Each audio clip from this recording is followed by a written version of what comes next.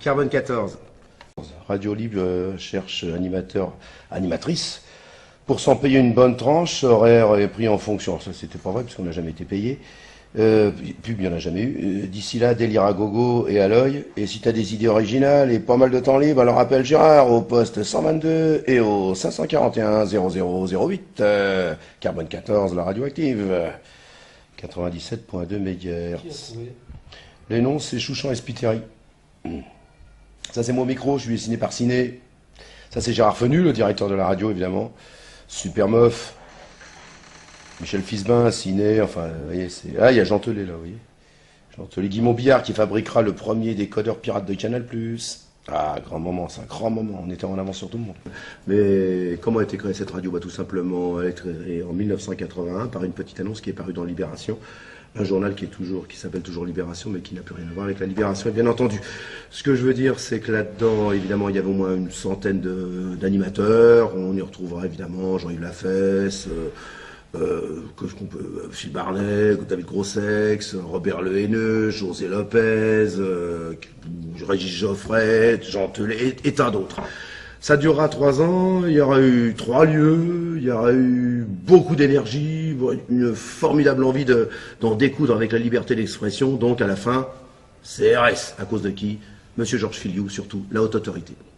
Super meuf en train de... Là, c'est la, vous verrez dans le livret, ça c'est la première grille de Carbone 14, là, il y a pratiquement l'essentiel, mais ça va bouger encore beaucoup, Super Nana n'est pas encore là à l'époque.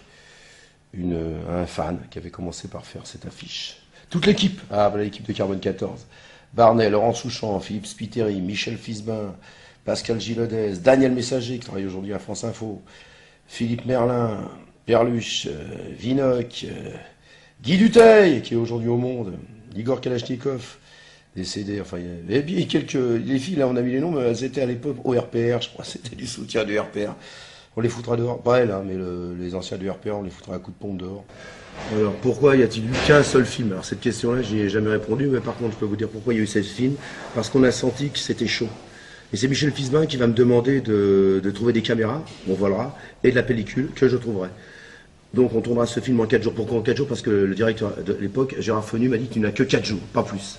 Et je veux pas de bruit, je veux pas que tu me fasses chier, etc. Et c'est chose que je ferai. Sauf que pendant les 4 jours, je réussirai à capter l'ambiance exacte. Je dis bien exacte, qui n'est pas reconstituée. Il y a des reconstitutions, mais qui est exacte de l'époque. Et quand on voit le film, on ressent tout à fait les années 80. C'est-à-dire cette envie formidable qu'il y avait de se libérer. Enfin, on sortait de Giscard d'Estaing et on va vers la liberté d'expression. On pense que tout va être possible. Et tout peut être possible. Sauf que, bon, ça s'est mal terminé. Et là, ça, c'est la saisie de Carbone 14, avec un excellent article qui raconte bien comment ça s'est passé. Hein. Comment Monsieur Georges Filiou, le grand turiféraire de la liberté des ondes françaises, qui dérégulait, voilà, et un jour nous a dit oui, comment pourrais-je autoriser ce que je n'ai pas interdit? Et nous enverra les CRS. CRS, n'est-ce pas? Qui à 5h du matin, boum boum. Et alors il y a eu le film, et alors là ce sont toutes les critiques du film Carbone 14. Alors ça c'est formidable, hein, parce que sur 99 critiques environ, j'en ai recensé que, il y en a plus, mais il y en avait une seule de bonne. Alors généralement, évidemment, tout le monde s'y plonge. Alors le contenu était très clair pour eux, donc ça leur a fait très peur. Alors aujourd'hui on critique un peu la forme cinématographique, mais évidemment, mais on peut, à l'époque c'était surtout les propos. Filmer n'importe comment à 10 000 lieues en dessous du SMIC esthétique, cela frise l'abjection, la malhonnêteté totale et le plus grand mépris du spectateur, à fuir d'urgence. Un document témoignage pour les sociologues de l'avenir, ça amusera les martiens quand ils seront là. Libération, le film se détruit sous nos yeux. Alors ça, j'avais jamais vu encore. C'est pas un film à flamme, mais enfin bon. Seul un réel sens du filmage aurait peut-être sauvé l'entreprise, et ce n'est pas le cas. Alors moi je défie les gens parce que c'est fait en 16 mm, et à l'époque il fallait recharger les caméras à 16 mm. Je peux vous dire une chose, les gars, vous savez pas ce que c'est que tenir une caméra à 16 mm. Parce que les mecs qui ont fait ça, c'était les plus grands cadrans 16 mm de l'époque. Alors évidemment le Nouvel Observateur, confiné dans son humanisme sociologique, socialiste soviétique, la radio la plus affligeante, la plus ringarde, la plus bête, la plus débilement provocatrice, n'est pas faite pour être vue. Vous vous rendez compte? Oui. Mais surtout aussi, ils ajoutent ne pas être écoutés non plus. Surtout par le truchement d'un film nullissime. C'était vraiment la haine. Pourquoi ce film me pose tant de problèmes? C'est parce que On le sort en DVD, ça fait 30 ans qu'il sort pas, et quand je l'ai revu récemment, j'ai eu l'impression plus pas d'un film, mais d'un manifeste. J'ai compris une chose, c'est qu'au Festival de Cannes, avant d'y aller, le film devait sortir dans 70 salles en France, par UGC. UGC refusera de le sortir finalement, et c'est un petit distributeur, La Talente, Gérard Bourgeois, qui le sortira dans 2 salles. Voilà. Et je comprends aujourd'hui la portée de ce message, puisque quand je revois le film, qu'est-ce que je vois? Je vois tout ce qui manque aujourd'hui.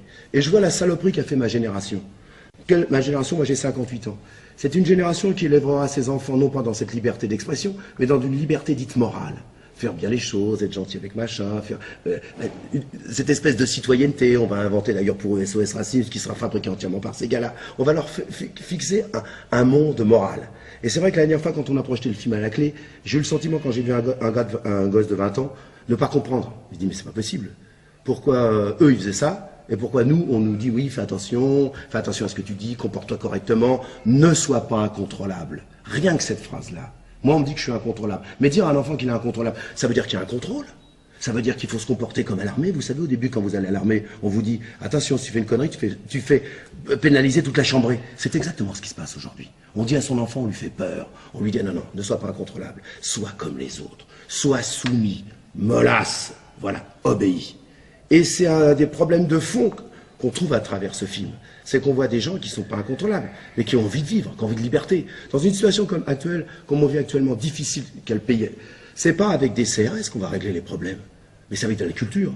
La culture et la santé, c'est ça qui bâtit les civilisations. Quand vous n'avez pas de culture, ou vous avez une culture mollasse, vous voyez ce que je veux dire en ce moment? Vous les entendez beaucoup, les gens de la culture? Vous entendez personne. Parce qu'ils chutent tous dans leur benne. Et pour une raison bien particulière, c'est que on ne sait pas ce qui va se passer. On est comme dans un régime soviétique, finalement. On se dit, on attend, on a peur, on se cache. Et si j'avais pas ma subvention? Et si j'avais pas mon théâtre? Et si j'avais pas ci, et si j'avais pas ça? Voilà. Et c'est comme ça qu'on fait de la culture aujourd'hui en France. Alors qu'un artiste, ça doit être incontrôlable. Ça doit être quelqu'un qui vit, qui bouge. Alors dis donc, quand on me parle des surréalistes, des impressionnistes, quand on me parle surtout de Boris Vian, parce que je viens de relire un de ses bouquins là récemment, ou qu'on me parle d'auteurs contemporains, moi je suis abasourdi. Abasourdi par la lâcheté de ma génération, qui n'assume pas du tout la culture, qui n'assume rien, qui ne pense qu'à, bon bah voilà, je fais de la musique. Ah bah voilà, t'as vu ma pièce? L'année dernière, c'était l'année Feydeau, cette année, c'est l'année Brassens, l'année d'après, ça sera peut-être l'année Poulidor, l'année d'après, ça sera l'année Johnny Hallyday. On se fout de la gueule du monde, quoi. Alors, Carbone 14 à Cannes, ça c'est nous. Alors, écoles de théâtre, de cinéma et de culture, il faut être contrôlable. Contrôlable, c'est-à-dire soumis, hein? Soumets-toi à tes maîtres, soumets-toi à ton environnement qu'il y a autour, sois bien obéissant, sois bien gentil, hein? Voilà. Incontrôlable, c'est pas artiste pour, il faut être contrôlable. Voilà, c'est-à-dire les ch'culs. Regardez comme l'époque d'aujourd'hui ressemble terriblement aux années 80. C'est consternant. C'est-à-dire qu'on a un PAF, qu'on appellera le PAF beaucoup plus tard, mais disons très ordonné, très vieux, des gens qui ne risquent rien, des variétés avec les mêmes chanteurs qu'on a aujourd'hui. D'ailleurs, on célèbre les chanteurs des années 80, on les célèbre aujourd'hui. Tout ça est déjà à chier. Et ça, on le ressent comme aujourd'hui. Les gens, quand ils regardent la télévision, disent « Mais c'est à chier. Qu'est-ce que c'est que toutes ces séries qu'on nous balance à la télévision, que cette pseudo-liberté d'expression, avec ces pseudo-débats où on se fait chier autour des chaises. » Pourquoi on se fait chier autour des chaises? Parce qu'on a l'impression que les gens, quand ils parlent dans le poste, ils s'auto-contrôlent, ils s'auto-censurent, parce qu'il y a des choses à pas prononcer. Le CSA veille, et aussi tout le genre d'associations, d'associations comme l'ICRA. Je ne comprends pas pourquoi la France aime tant la collaboration. Voilà. Et pourquoi on nous parle de grande liberté ailleurs dans le monde, alors que nous-mêmes, on n'est pas capable chez soi de l'assumer. Je veux dire, on est bien dans le pays de Voltaire, on est bien dans le pays de Choron, de Charlie Hebdo, oui, mais avec le contrôle. Avec le contrôle.